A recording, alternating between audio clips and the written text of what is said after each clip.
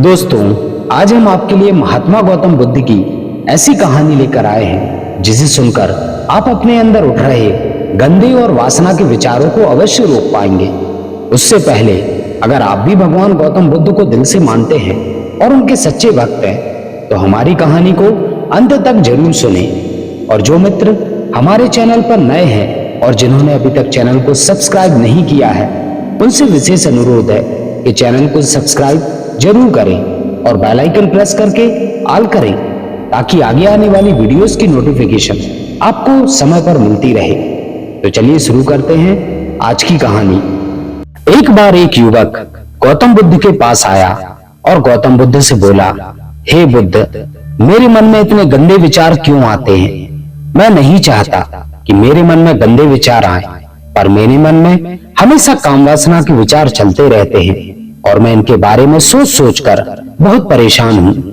मेरी ऊर्जा और समय ये सब सोचने में ही नष्ट हो जाती है और इन सब विचारों की वजह से मैं कभी भी शांत ही नहीं रह पाता और मैं हमेशा ही स्त्रियों को देखकर मोहित हो जाता हूँ, अपने आप को रोक ही नहीं पाता।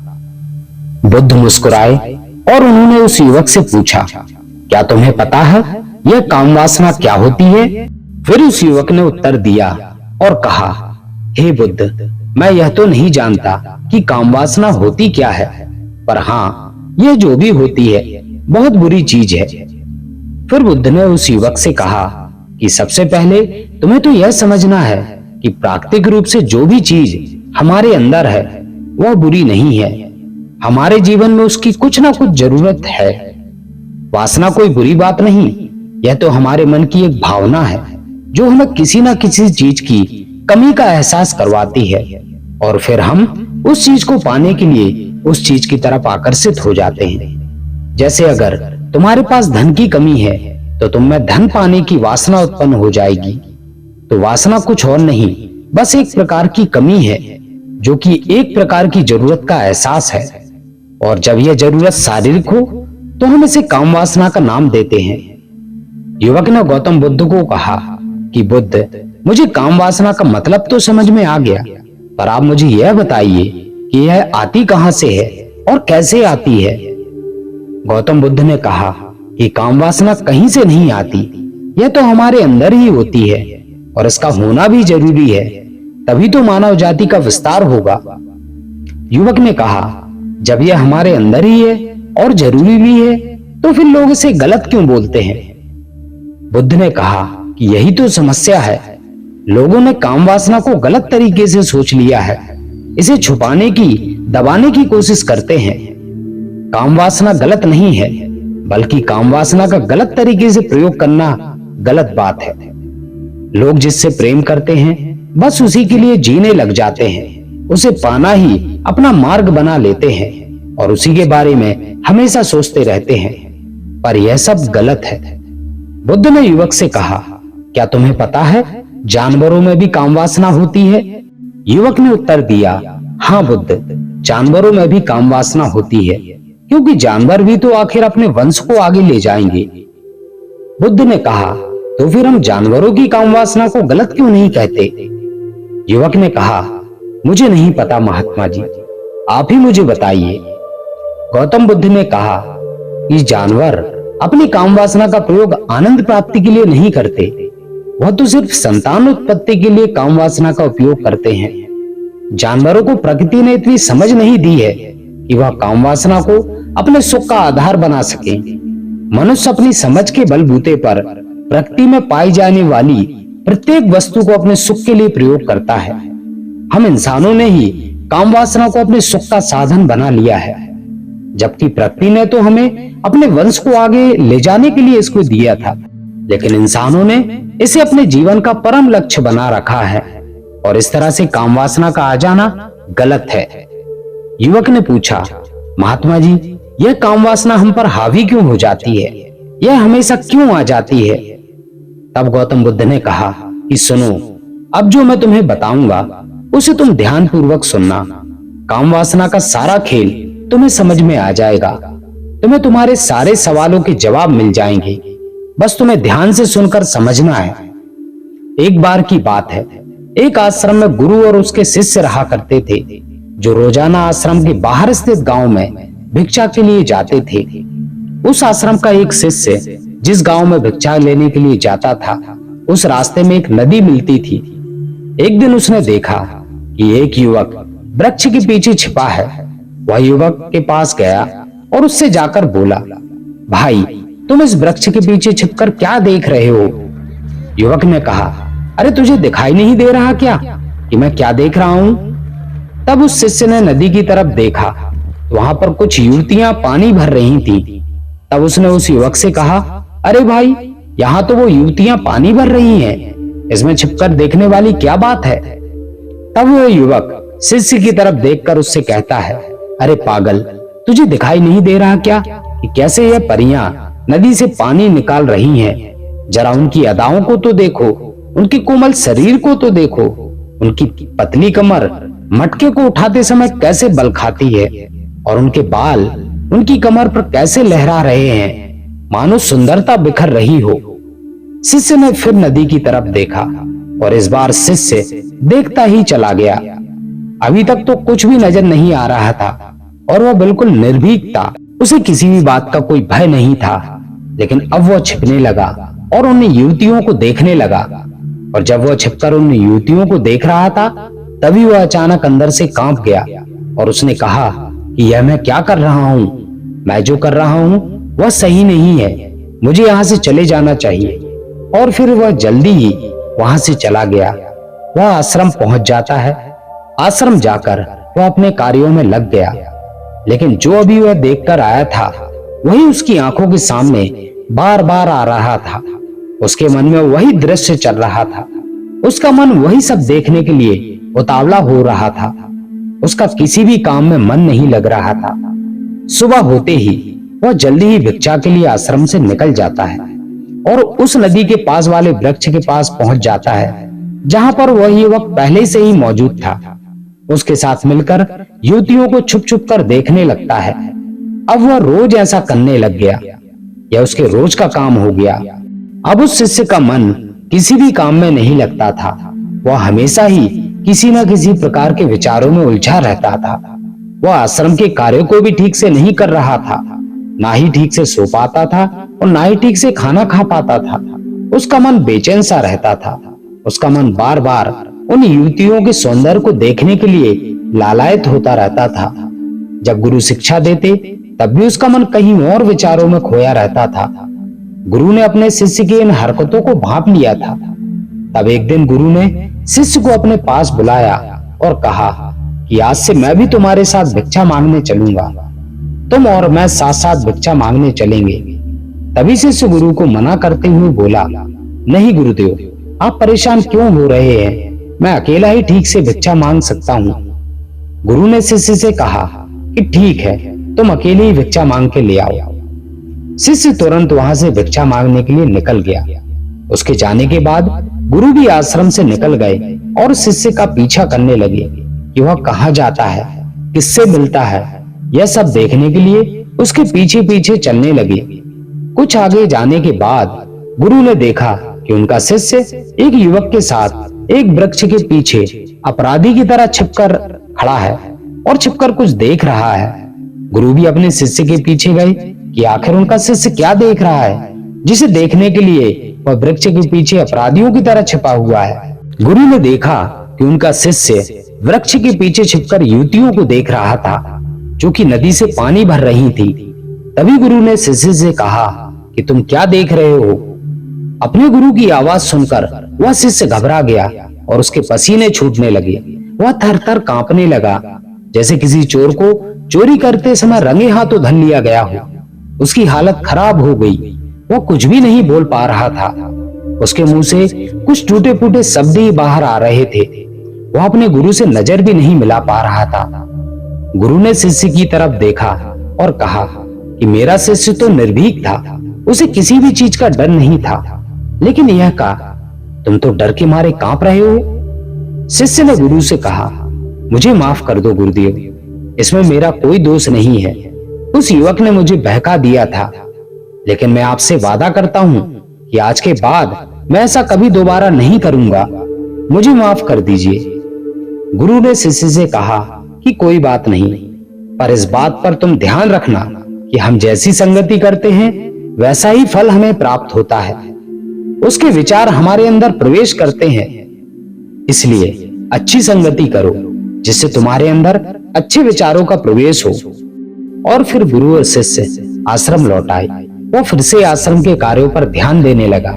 उसने उस रास्ते को त्याग दिया और दूसरे रास्ते से जाने लगा। वह अपने काम को ध्यान से करता, लेकिन धीरे धीरे उसके अंदर क्रोध उत्पन्न हो गया और फिर वह दूसरों पर क्रोध करने लगा और बेचैन रहने लगा। अब वह सही समय पर भोजन भी नहीं करता और भोजन भी करता तो बहुत कम खाता था। एक रात गुरु शिष्य के पास आए और उससे बोले कि अब तक तुमने कितनी बार अपने वादे से मुकर चुके हो। यह सुनकर शिष्य अपने गुरु के चरणों में गिर गया और रोने लगा। रोते रोते ही उसने गुरु से कहा, गुरुदेव, मैं कई बार अपना वादा भुला चुका हूँ, फिर वादा कर लेता हूँ, लेकिन हर बार मैं वादा भुला देता हूँ। मेरा मन मेरे नियंत्रण में है ही नहीं। मैं बहुत कोशिश करता हूँ कि मैं अपने मन के सारे बुरे विचारों को निकाल डालूं, लेकिन यह चाहकर भी मैं ऐसा नहीं कर पाता हूँ। फिर गुरु ने शिष्य से कहा कि चलो मेरे साथ। गुरु शिष्य को आश्रम के बगीचे में लेकर गए और शिष्य से कहा, यहाँ पर कुछ नालियां बनी हुई हैं, जिससे नदी का पानी इन पौधों तक आ रहा है और यह पानी एक निरंतर भाव से बह रहा है। क्या तुम इस पानी के बहाव को रोक सकते हो? शिष्य ने कहा, हाँ गुरुदेव, मैं इस बहाव को रोक सकता हूँ। फिर शिष्य ने मिट्टी उठाकर उस नाली में डाल दी। वह पानी कुछ देर के लिए रुक गया और फिर कुछ समय बाद मिट्टी के ऊपर से पानी बह गया। गुरु ने शिष्य से कहा, अरे यह क्या, यह पानी तो रुका ही नहीं। फिर शिष्य ने कुछ मिट्टी और पत्थर उठाकर उस नाली में डाल दिए और फिर कुछ समय के लिए पानी रुक गया, लेकिन फिर उस पत्थर के ऊपर से पानी निकल आया। फिर गुरु ने कहा, यह क्या हुआ, पानी तो फिर से बह गया। तुम तो बोल रहे थे कि तुम इसे रोक दोगे। क्या हम किसी काम को रोकना चाहें तो क्या हम उसे रोक नहीं सकते? तब शिष्य ने कहा, कोई बात नहीं गुरुदेव, मैं इस पानी को तो रोक कर ही दिखाऊंगा। वह फिर से एक भारी सा पत्थर लेकर आया और उसे नाली पर डाल दिया और पानी रुक गया। तब गुरु से कहने लगा, देखा गुरुदेव, मैंने कहा था ना कि मैं पानी को रोक दूंगा। मैंने पानी को रोक कर दिखा दिया। आपकी बात को मैंने पूरा कर दिया। गुरु मुस्कुराए और बोले, जरा ध्यान से तो देखो, पानी रुक गया क्या? वो तो पीछे की नाली से बाहर आ गया है और अगल बगल से बह रहा है। और ध्यान से देखो, इस पत्थर के भी आगे आ गया है। यह पानी अपना रास्ता बदलकर फिर से आगे की तरफ बह जाएगा। और फिर कुछ देर बाद ऐसा ही हुआ। फिर गुरु ने शिष्य को समझाया कि तुम्हारे साथ भी तो ऐसा ही चल रहा है। तुम बार बार प्रयास कर रहे हो, पर हर बार तुम्हारा प्रयास टूट रहा है और यह हमेशा टूटता ही रहेगा। तुम कितना भी मिट्टी पत्थर रख लो, लेकिन पानी तो अपना रास्ता बना ही लेगा। यह सब देखकर शिष्य ने गुरु से कहा, हे गुरुदेव, क्या कोई तरीका नहीं है जिससे मैं गंदे विचारों से बाहर निकल सकूं और ये मेरे मन में आए ही नहीं?